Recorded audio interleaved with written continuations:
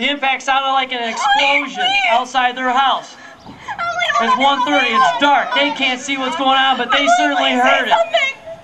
So of course they jump out of bed, they run outside, and they start getting to where they think the crash took place.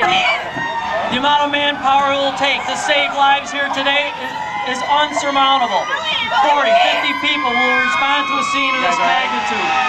EMS personnel, firemen and women, and police officers for one job, and one job only: save your life. And for all these professionals, the clock began ticking on impact. They got 60 minutes to save your life. 60 minutes, called the golden hour, to get you to the ED.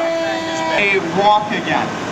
If there's an injury to their spine or their neck, we're going to try and keep it from getting worse.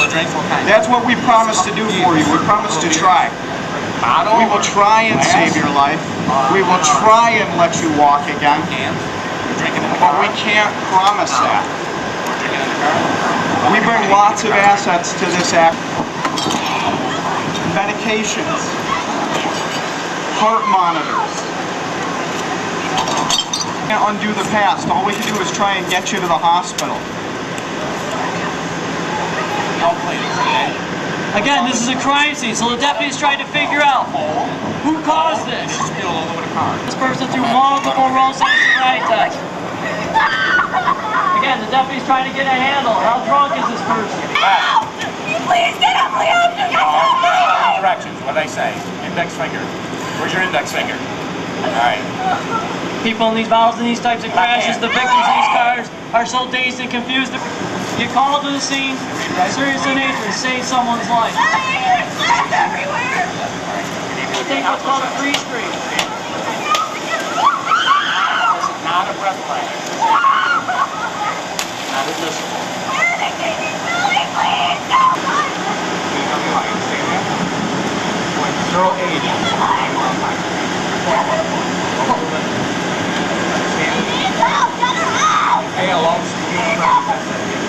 Deputies got the results back. A .11, watching lights in their car, and hear people yelling and screaming that this is a bad day. They're realizing they may be going to jail, but not just jail. Jail's for the people doing 1 year or less. They're going to prison. I advise you that refusal to submit to a chemical test or any portion thereof will result in the immediate suspension and subsequent revocation of your license or operating privilege, whether or not you are found guilty of the charge for which you are arrested. It don't matter if it's 2:33 in the morning. They're available to us 24 hours a day, 7 days a week. We're going to get a warrant for you. A crash like this, we got people who are deceased.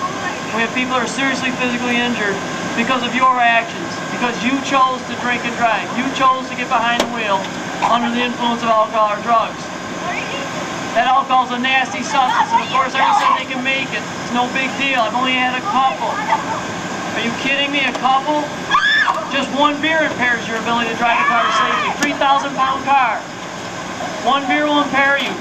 Two is certainly going to make it very difficult for you. 35 in the morning. We have a good ID on Emily. We certainly know her address. We certainly know where she lives. I don't want to get in your way. And they'll say, "You ready?" And they pull her cover off her face. Mom and Dad, at this point, are they? Yeah, that's her. That's Emily. Was it hard for you to get emotional and to be able to do that? Or? Not really, because one of my really good friends, Emily, was the other person in the car who was dead on arrival. So it kind of just came naturally because she's one of my good friends in real life. So and having like friends, like people I've worked with in the car with me, made it so emotional because we were all like in the situation together, and you know, the emotion was all there.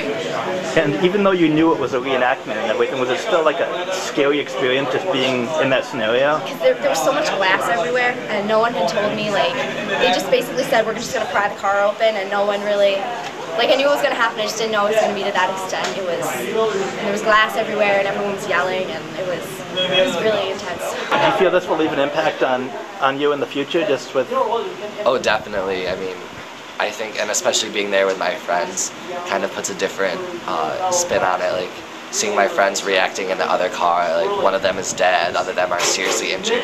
I think that will kind of keep me always thinking of that whenever I get behind a vehicle from now on. And do you always use student actors in these? Always. I always use the students that are part of the school. I try and pick the classmen whose class they're presenting to, and I always tell those young men and women that they're not doing it for me, they're doing it for their fellow classmates. And are they going to save a life? Yes. Do we know where and when? We do not.